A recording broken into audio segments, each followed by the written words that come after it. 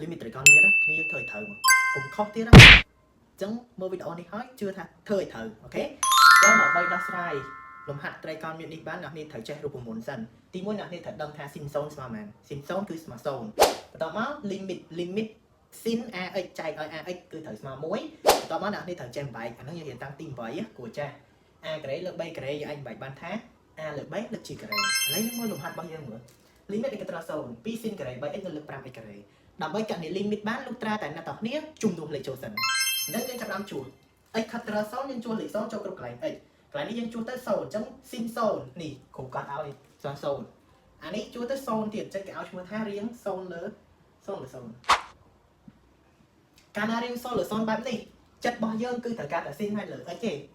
អញ្ចឹងអាណាដែលអត់ពាក់ព័ន្ធគឺយើងរុញវាមកមុខមកអញ្ចឹងអានេះគឺលេខ2អានេះគឺលេខ5អញ្ចឹងគ្រូរុញមកមុខបាន limit x ខិតត្រូវ0 sin ការ៉េ 3x នៅលើ x ការ៉េបន្ទាប់មកគ្រូប្រាប់ឲ្យថា a ការ៉េលើ b ការ៉េវាស្មើនឹង a លើ b លើ g ការ៉េចាអានេះដូចគ្នា sin ការ៉េនៅលើ x ការ៉េគ្រូសរសេរបានប៉ុន្មាន2លើ5 limit x ខិតត្រូវ0នៃប៉ុន្មាន sin 3x លើ x លើ g ការ៉េបន្ទាប់មកអ្នកនរគ្នារូបមន្តរបស់យើងបើ sin ax ត្រូវចែក ax ឥឡូវរបស់យើង 3x អញ្ចឹងយើងត្រូវដាក់មែនត្រូវដាក់3មែនទេអញ្ចឹងគ្រូដាក់3មកដាក់3វាមិនលើសយើងត្រូវគុណ3គេវិញនៅពេលដែលយើងថែមថយហើយយើងចាប់ដើមជួសលេខមកគ្នាយើង2លើ5អានេះ sin មកកំភ្លោះនេះឃើញមែនធ្វើមកយូរបាន1គុណមែនគុណ3លើជាការ៉េអញ្ចឹង2លើ5គុណឲ្យ1គុណ3 3លើជាការ៉េ9ចឹងចេះគុណប្រភេទអត់យ៉ាត់កណនីមួយថ្ងៃអត់ចេះគុណប្រភេទអត់ធ្វើអត់ចេញទៀតអញ្ចឹង2គុណ9 18លើ5ឥឡូវគីឡូអាកអត់តន់ស្ទាត់គ្រូធ្វើខឲ្យមួយទៀតឥឡូវខ limit x ត្រូវ0ចានេះជួសទៅ0អានេះជួសទៅ0អញ្ចឹងគេឲ្យឈ្មោះថាគេរៀង0លើ0រៀង0លើ0បែបនេះយើងទាញដូចមិនអញ្ចឹងគ្នាយើងទាញឲ្យគ្រូមកឥឡូវគឺវាមានសញ្ញាដកចាំថាដក1អាក្រោមគឺមានលេខ4គ្រូទាញចេញអស់ហើយនៅសល់ limit x ខិតត្រូវ0នៃ x ការ៉េ sin ការ៉េ 2x បន្តមកយើងធ្វើមកទៀតគ្នាយើងរូបមន្តរបស់យើង sin តចែក x ឥឡូវ sin ការ៉េវាត្រូវចែកមែនណាចែក x ការ៉េអញ្ចឹងដក1លើ4 limit x ខិតត្រូវ0គ្រូយកវាចែកណា x ការ៉េចា x ការ៉េចាអា sin នេះគ្រូចែកវា x ការ៉េដែរ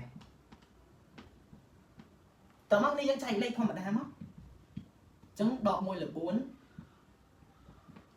4 limit x ខិតត្រូវ0 x ការ៉េលើ x ការ៉េបានមែនបាន1មែនទេដល់នេះ sin ការ៉េទៀតហើយអញ្ចឹងការ៉េគ្រូក្តោបវាទៅជាមែន sin 2x លើ x ក្តោបការ៉េតោះណាប៉ុន្តែអានេះវាមានមេគុណ2យើងធ្វើមិនយើងត្រូវគុណ2តែដាក់2វិញតោះណាបន្តមកយើងចាប់ដើមជួសមក1លើ4គុណម៉ានអាលើ1អាក្រោមប៉ុណ្នេះ1ហើយគុណ2លើកជាការ៉េទូទាត់មកគ្នាយើងដក1លើ4គុណម៉ាន1លើ2 1គុណ2 2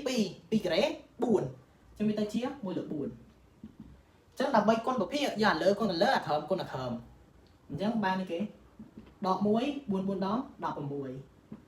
ទអញ្ចឹងយ៉ាស្គាល់ប្រភេទហ្នឹងគឺអាលើភាពយកអាក្រោមភាពបែងតែដើម្បីស្រួលចាំគ្នាយើងបាក់ចាំពេកយ៉ាលើគុណលើអាក្រោមគុណអាក្រោមអញ្ចឹងដើម្បីគ្នាយើងចង់ចេះច្បាស់ជាមួយនឹងលំហាត់ត្រីកោណមានគ្រូមាន homework 2ឲ្យធ្វើមានកមានខអញ្ចឹងលំនាំនឹងដូចគ្នាអញ្ចឹងគ្នាយើងនិយាយធ្វើមកខុសត្រូវអីកុំភ័យធ្វើមកតែធ្វើឲ្យត្រូវអូខេអញ្ចឹងកុំភ្លេច comment ចម្លើយផងជួបគ្នា